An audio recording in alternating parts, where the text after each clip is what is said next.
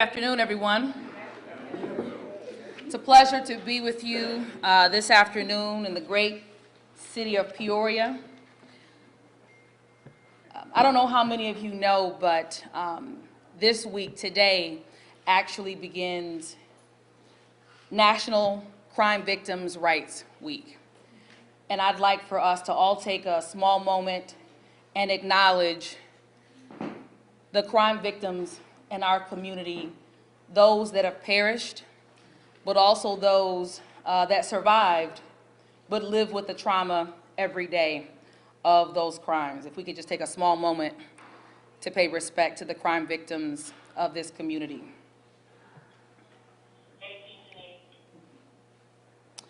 "40 years ago this week, the White House Task Force on Victims of Crime was established to help those who experience crime and their families to come up with some important steps to be able to move their lives forward, to better support the victims of crime, to be able to provide dedicated professionals and resources to those individuals, to be able to move their lives forward in a much more holistic, trauma-informed way, to better help support those overcome the systemic barriers that we know that many of our crime victims face in our community. However, we know that there is a lot of work that remains in that space, and I'm proud to say that those that you're looking at that stand behind me are all committed, incredibly committed to that work in the city of Peoria. We are here today collectively, collaboratively, to not only talk about the objectives, but the wins that have been won this year in what I call Priority Peoria. Priority Peoria to me is what it means when all of us work in our respective spaces, whether it be local government, state government, whether it be community advocacy, violence prevention, business opportunities, business empowerment. All of these spaces, in my estimation, are public safety. Public safety is not just the issue of the police. It is not just a law enforcement initiative. It is something that the entire community has to be committed to and have a strong sense of pride into making sure that we all have skin in this game. We are proud to stand here today to talk about some of the unprecedented and historic amounts of resources that are being invested into the city of Peoria. We know all too well that there is a clear mandate to make strategic investments in the area of law enforcement. And when I say the area of law enforcement and public safety, that doesn't just mean the police. It includes the police, but that also means further investment in our school systems, further investment in after-school programming, further investment in the advocacy organizations that do the work of keeping kids safe, keeping families whole in this community. And we've had the ability, by working collaboratively, to do that this year. Quickly, we will talk very briefly about some of the wins that we've been able to actualize for the city of Peoria, and we'll talk about the investments, and then you'll hear from a lot of folks in this community who've been working together in a collaborative fashion to make Peorians safer. House Bill 1103 is the Expressway Camera and Ring Doorbell Modernization Act.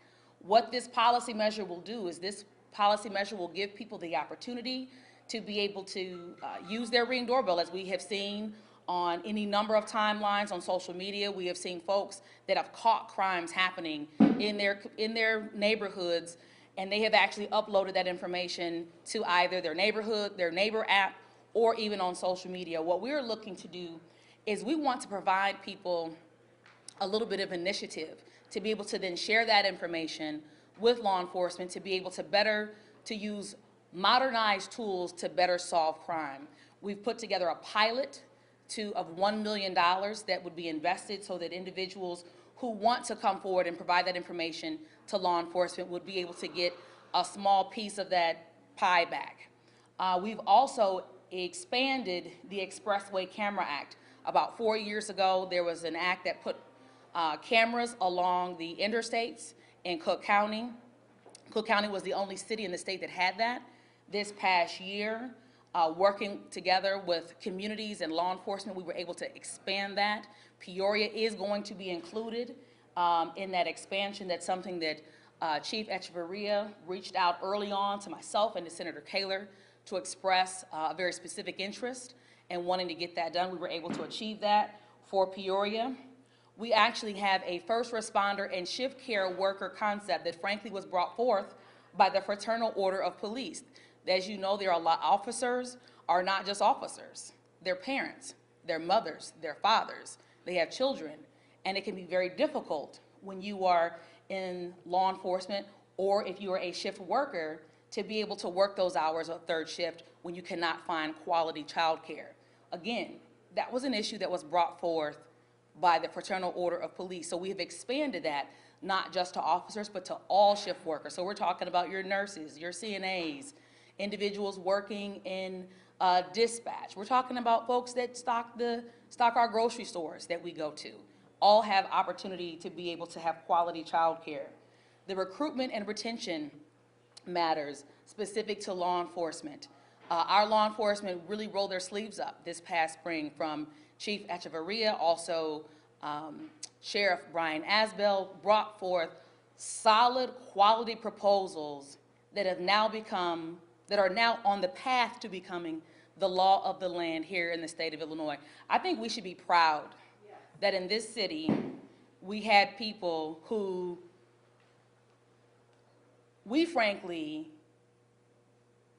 sometimes don't even understand the value of the people who we walk around and who we call our folks each and every day. But I can tell you there is not a group of leaders who brought more to the table than the leaders from right here in Peoria that were able to get passed successfully this past spring. Again, these policy measures were worked on in a very collaborative fashion, and last but certainly not least, specific to legislative policies, House Bill 4673, which was a policy that was the brainchild of Chief Echeverria, which is the Co-Responder Victims Witness Act, that will, number one, provide for social workers as well as behavioral health professionals to be able to operate with our law enforcement, being with them on call so that when they are responding to community, we actually will have behavioral health professionals that are able to de-escalate situations in a manner that we hope would provide a much better outcome. What it would also do is it would provide for greater feedback on the backside of those circumstances, where we know that simply because someone had an engagement or an interaction with law enforcement, we know that oftentimes those issues go far beyond that moment's instance. And we know that we have a need to provide greater support for the individuals of our community, and the social worker aspect of having social workers embedded in the Peoria Police Department, frankly, is a model for 21st century policing. Not only is this going to be here in the city of Peoria, it was a Peoria-led concept, but this is also going to be in the cities of Waukegan, East St. Louis, and Springfield. And again, I cannot reiterate how important it is that this concept was born right here in the city of Peoria, that is now going to be expanded potentially throughout the state of Illinois. Clearly, it's something that we should be proud of. Another component to that policy, as we know, there are far too many people who have experienced the devastation of gun violence in our community. And we often hear the stories of, well, we need people, if they know something, we need them to say something. We want them to be able to come forward. One of the things that we also know about coming forward is that we need people to feel safe. They need to feel protected. They need to be put in an environment where if they were to come forward, they would not fear for their lives or potentially for the lives of their children. And because we have not had a system and a process and policy that frankly allowed for that, we knew that it was more than time that we put our money where our mouth is. And so when we are telling people or making a suggestion that people come forward with information specifically to the issues of homicide, we as a policy prescription should be able to support those policies, should be able to support that individual or that family in being able to do what we all say that people should do, which is if they know something, say something. So we have put a historic amount of resources. We've put $30 million, and that's statewide, that's not just for Peoria. We have put $30 million into a fund that the local state attorney's offices, local police departments would be able to access those dollars to assist individuals in being able to potentially get out of an unsafe situation when they want to come forward. I've had many conversations with our current state's attorney, and it is brought up consistently that oftentimes the folks that come forward in these cases, they are women. And not only women, they are mothers. And they fear often for the lives of their children. And so we are now putting people in a position to not only come forward and do something that we all believe that they should do, but do it in a safe manner. I would be remiss if I did not talk about the historic levels of community investment that we're going to see here in Peoria starting July 1 at the beginning of our new budget cycle. We're going to see an unprecedented over $40 million of resources invested into the city of Peoria.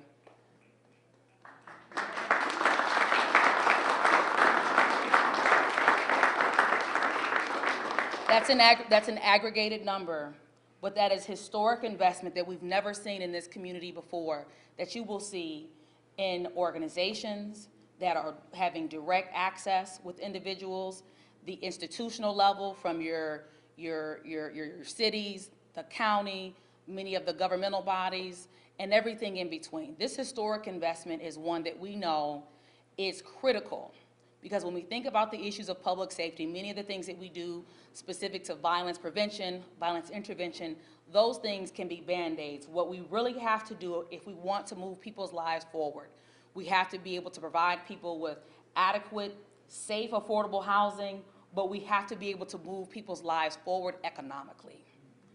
And that is the path to true public safety. And the investments that we're making and that we will continue to make will help us do just that.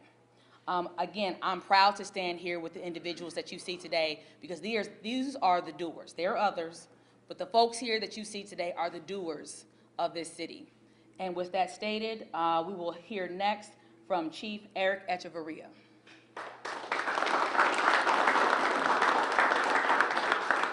Thank you. I appreciate this time. First of all, I know we often, as the leadership of a department, get a lot of thanks for the things that are happening, but the true heroes here are the men and women that every day put on this uniform and go out on the streets of Peoria to do the work that needs to be done. So,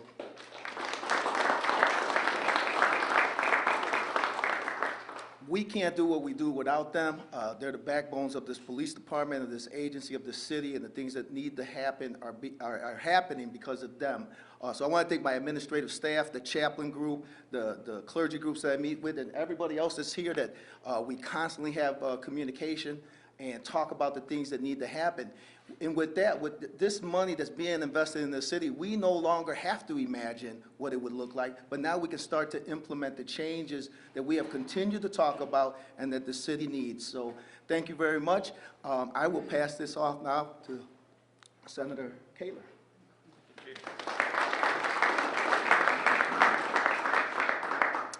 Thank you, Chief. And let me just have a special thanks to Chief Echeverria and all the men and women of the Peoria Police Department, as well to Sheriff Bryant Asbell, to the men and women of the County Sheriff's Department as well. Law enforcement is our partner in this. You know, a lot of things have happened in the last couple of years, and we've heard from communities everywhere that we have to do things differently. And so in doing things differently, it means we also have to bring resources to help you know, whatever the problems may be. That's really what Leader Gordon Booth's job and my job is to bring those resources. This year we had a phenomenal year. And in addition to some of the things that Jahan talked about, let me just mention something else that's coming. Several of us in the Senate downstate communities, we always hear of the violence in Chicago and the problems there, but we have our own issues. And so we were able to secure $30 million for what we're calling the Downstate Urban Crime Reduction and Violence Prevention Initiative. That means that we're going to have $3 million for the city of Peoria.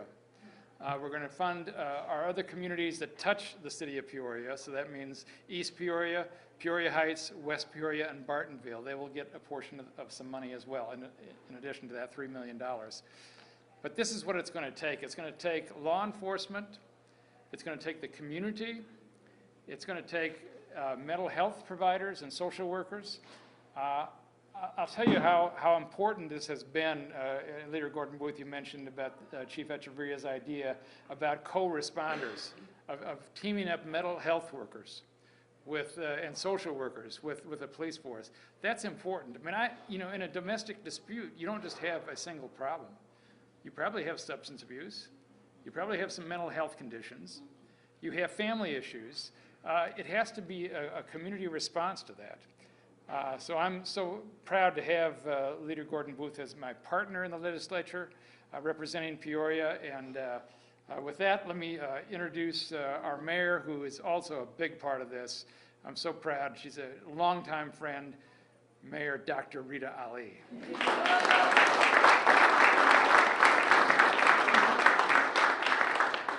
Thank you, Senator Kaler. Good leadership recognizes a need and then puts together the resources and a plan to address that need.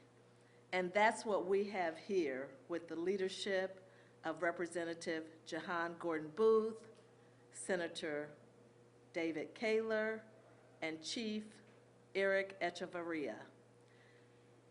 The collaborative leadership of these individuals has helped to bring really a new game changer to Peoria.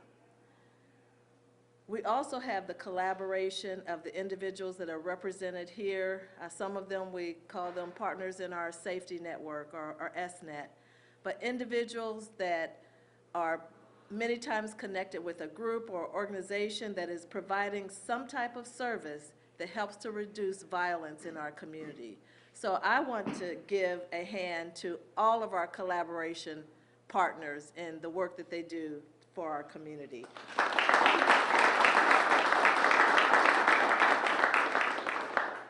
I also want to add, that this new co-response model will better equip our police force in matters of mental health and domestic matters. I'm very optimistic that this initiative will better utilize police and social worker resources and ultimately better serve our community and make a real difference. Next up, please welcome Brandi Bryant, the Director of Full Service Community Schools at Peoria Public Schools. Brandi.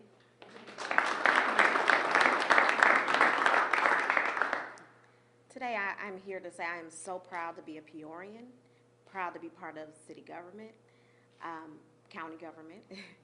I am just amazed at the response of the community leaders, the citizens, to come together with ideas and implementation, supporting this city, because we all want a safe community. We all want fair policies for our community, and the work that is being done is unmatched. It's rare to be able to see this kind of work done anywhere else, and it's happening here in Peoria. So I'm just proud to be a part of it and thankful for our leadership, because bringing this type of funding, backing our ideas with this type of funding is amazing. I should have recognized her as also County Board Representative Brandi Bryant. Oh, goodness. And my daughter. Oh, goodness. I don't see who's next. I'm going to introduce Sheriff Asbell.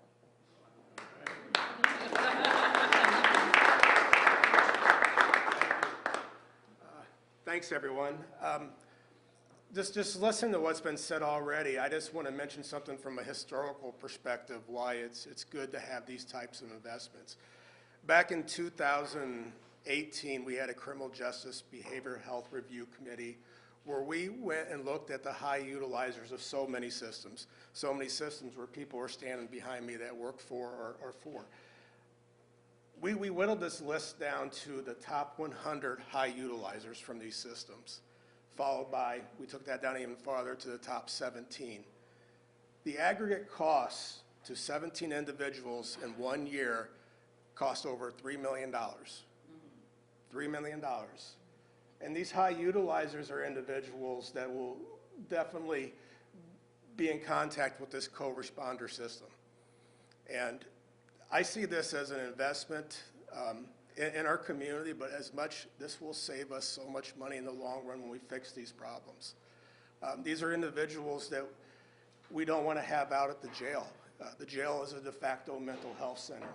So by creating a program of social workers and other responders to help the true root causes of these individuals would prevent them from that type of incarceration. So I applaud this effort. This is something that we've always wanted to see, and I want to thank the chief and the representative for getting the boots on the ground to get it started.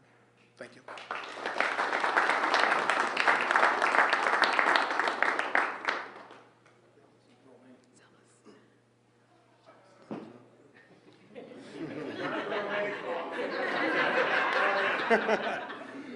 I am sure I don't have to mention to anybody in this room how insurmountable our challenges are that we face in our community.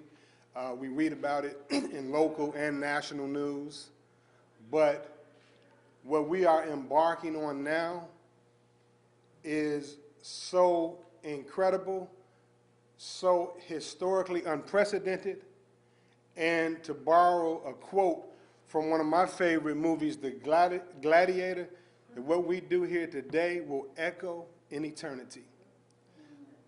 What we do for a living is what we get. But what we do for life is what we give.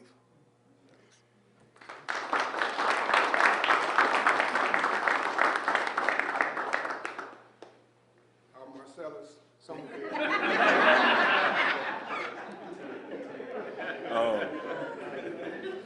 First and foremost, I think this is incredible. First and foremost, this is incredible to be a part of this, to be considered one of the leaders amongst so many. To think about the trajectory of what this will provide for our city. Jahan mentioned being stakeholders, having some skin in the game. And I can mention for everybody here today that I know we all have skin in the game. And it won't happen without that. It won't happen without us all investing our time and effort into Peoria becoming a better city. And I'm thankful to be a part of it. Thank you.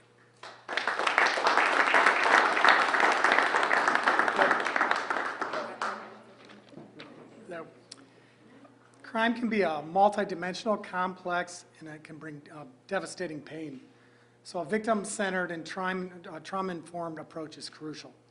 A well-thought-out strategy not only allows for improved response for survivors of violence, but it also implements preventative measures to help reduce violent crime in the future. The Center for Prevention of Abuse is so grateful to leader Jahan Gordon Booth for investment of time, understanding, and effort to bring these significant enhancements to public safety in our community, helping survivors find a pathway to peace. Thank you, Leader Gordon Booth, for your robust leadership in the Illinois General Assembly and in the community, and for your continuous support for survivors. Your strong advocacy at the Center for Prevention of Abuse helps us continue our mission of helping all people of all ages free from violence and abuse. With that, I'd introduce Antoine Banks from Product of the Project.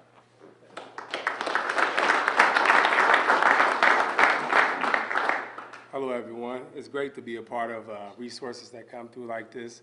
This is amazing for us to be able to see these opportunities come to light. Organizations like myself, Friendship House, Carver Center are crucial in the community involvement and improvement in curbing violence. These organizations need to be involved in the process because of their ability to be proactive and affect the same community positively. This can be done by our collaborative model as needed to influence economic growth and community development, which is key in breeding togetherness. I say this because these organizations are able to meet the youth where they at, and that we can be easily identified by our next generations of leaders. So I think it's important for us to wrap our arms around our youth and use these resources in a collaborative model so that we can have these things continue to come through and we do the right things with them. It's a blessing for me to be a part of some of these leaders and some of the things that we're possible to do, and it's blessed. Thanks for having us.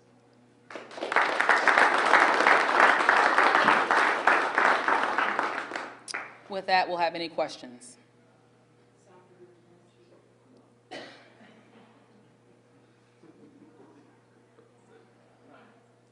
John, would like to just talk about the impact of the investment, $30 million, and what it will do for these surrounding communities. You're going to see significant transformation. Obviously, just even with this one press conference, I have thought, right, in the last 48 hours, how you all are going to do your piece in terms of packaging all of this together and then putting it out over the airways. So one of the plans that we have, myself, Senator Kaler, and many of the other leaders that you see here, is you're going to see a continued rollout throughout this entire summer of many of these transformational projects that we're bringing to this community. They are going to have the ability to change the trajectory, I believe, of this community. It certainly is going to change how some of the folks in Peoria feel, right? I'm a Peorian, so I can talk about Peoria, but I don't let people who aren't from Peoria talk about Peoria, okay? And I believe that many folks in Peoria have a complex about who we are and who we're not. And I believe that this city is on the precipice of something great. We are, the size of this city, we are big enough to have big city problems, but we're small enough to be able to get our hands around the issues. And so what you see here today, this collective, collaborative group of folks that literally touch every part of our community, every part of our society working here collectively, that is almost impossible when you look at places like the city of Chicago. And so when you ask a specific question about some of those investments, you're going to see those investments in the recreation space. You'll see those investments in education. You'll see them in healthcare. You'll see them with many of our advocacy agencies that are, currently putting forth plans to keep kids safe all summer long. We know that as the weather begins to turn warm, that we all love, right, get a little bit more vitamin D, but we also have a concern about what that weather then brings specific to the issues of violence and crime. And so we're working with a lot of our stakeholders and partners around what those investments can do specifically to keeping people safe and, frankly, retaining talent right here. Retaining talent, but attracting additional talent here to the city of Peoria. What are some of the first programs that we'll see this summer? What can I tell you without giving away the secrets? So, okay, because there are some really, and it's not me, so I can say that it's cool. There are some really, really cool things, but I would say that some of the groups that you see standing here are working on putting together some really comprehensive safety programs for young people. We know that specific to the issue of car theft, and we're starting to see a bit of an uptick with the issues with the issue of carjacking. What we have, in talking with and working with law enforcement, we know that there have been a lot of young people involved with those activities. So what we know is we have to do more on the programming side, not only with children, but with their families, to keep them better engaged, to keep them involved in more quality programming, to keep them more connected to things that are a bit more positive, because what we're seeing is that some of this is being born out of boredom, stagnation. And so what you're going to see is many of these individuals who are standing here today are going to be rolling out some incredibly positive programming for folks in our community. And that's just the tip of the iceberg on some of the investments that you're going to see. And when you talk about that collaborative effort, is it like, if someone, says something like, I may need mental health, services, that's not like what this organization does? Is it pointing them in that direction, or kind of, how does the collaborative effort sort of work when it comes to this whole thing? So the collaboration really starts with just communication, right? Having the ability to work together, having a common goal. Our North Star for all of us, although we work in different lanes and different perspectives, our North Star is to keep Peoria safe, healthy, and progressing, moving forward.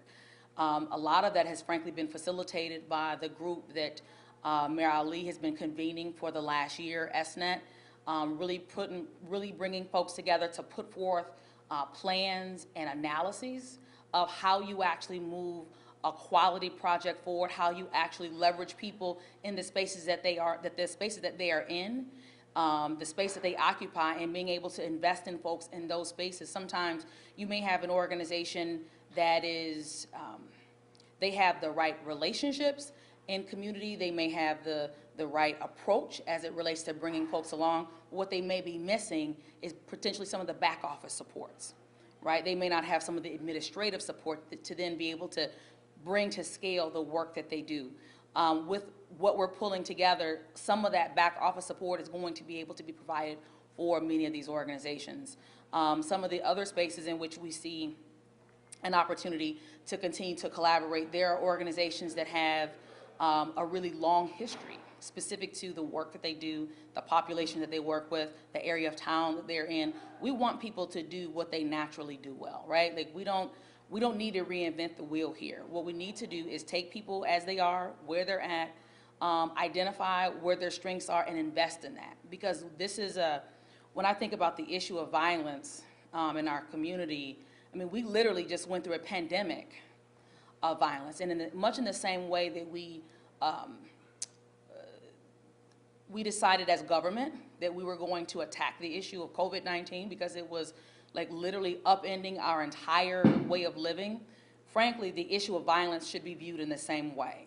Because if you have a public safety crisis in your community, it is difficult to talk about community engagement, community development, workforce development and training, because the entire focus has to be safety. And so what we're looking to do here is allow folks to do what they do it best, but ensure that we're communicating and coming out of our silos a bit and putting forth a strong effort in leveraging the resources. What we know is that as time moves on, we want to put the organizations in Peoria in a strategic place to be able to continue to get the supports and investments that we should have long been getting from places like Springfield and Washington, D.C. for the years moving forward. Looking long term, what do the results look like to you? What do we see, looking out maybe 5, 10 years? So I think that the way that I view these issues, particularly when we're talking about in the space of public safety, I believe it's a mixture of stories and statistics, right? Because oftentimes it can be difficult to quantify how you saved somebody's life, how you prevented someone from getting shot. Like those things can be difficult to quantify, but at the end of the day, the numbers are the numbers. And so we're going to have that anecdotal data.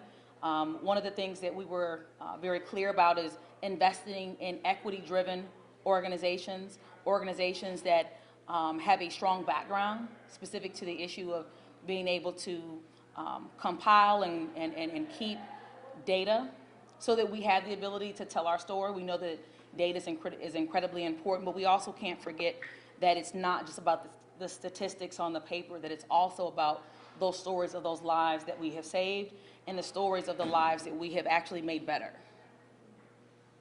Not to jump too far ahead, but you mentioned the $30 million. As we look into the future, and this being the tip of the iceberg, what does the future of this look like, and do you think it's on the long term? So some of these investments, are capital, right? So those will be one-time expenditures that we will all see invested in within our community. That, frankly, the concepts that we're going to continue to roll out over the summer, they are strategic in nature. I believe, in my estimation, that they will have a great degree of sustainability on their own. I think that when we look at investing significant resources, you have to look at the sustainability long term in terms of, when we go through another economic downturn, how will those entities be able to maintain that funding level, right? Because what we don't want to do is we don't want to begin to handicap individuals, right? Getting them to a place where they just begin to expect resources in the same way all the time, because we know that there are ebbs and flows in our budgets. But we also know that there's a need to kind of help some of the organizations get to a scale where they actually have the ability to go out and get additional resources in other spaces, right? There's a whole philanthropic arena that, we're going to need some of our folks to be able to tap into. We know that there's an ability specifically through programs like R3 that was created in 2019 with the legalization of adult use cannabis, that some of these organizations have not been able to, frankly, take advantage of unless people no longer use cannabis.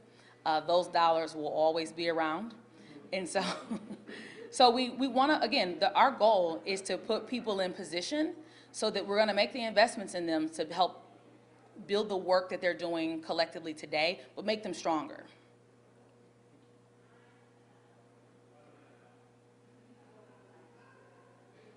Okay. Thank you, everybody. Before everybody takes off, can we take a quick picture? Can you take the picture of us, please?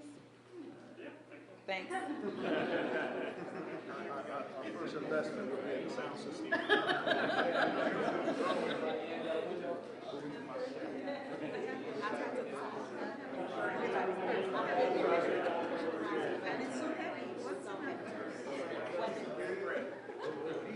Say when.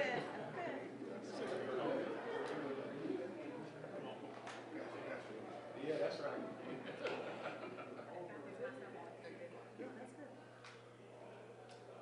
Can somebody turn the flash on? Thank you. It's helpful. Great job, Jennifer. Okay, thank you.